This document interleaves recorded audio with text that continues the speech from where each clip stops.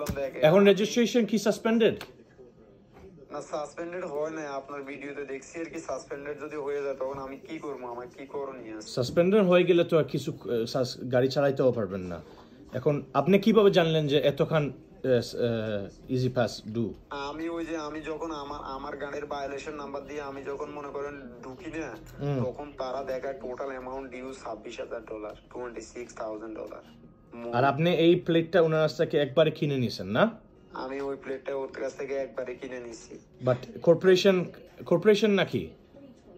Or corporation, but আমি যে প্লেটটা নিছি ওটা ওর পার্সোনাল প্লেট, কিন্তু ওটা কর্পোরেশনের আন্ডারে আছে, বুঝছেন নি? না বুঝি নাই, বাট ওকে হোয়াটএভার। এখন সো কি করবেন এখন? এখন ভাইয়া আমি কি আমার টাকাটা আমি কোনোভাবে মানে ইজি পাস রে আমার মানে বাট আপনি আপনারটা দিলেও তো হবে না। হ্যাঁ ওরা বলতেছে যে আমার Doesn't make a difference.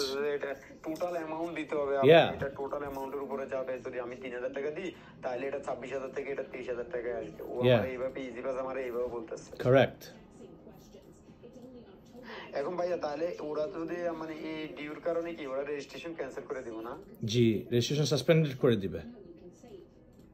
তো তখন আমি কি করতে পারবো? এখন আপনি যেটা করতে হবে ইজ ইউ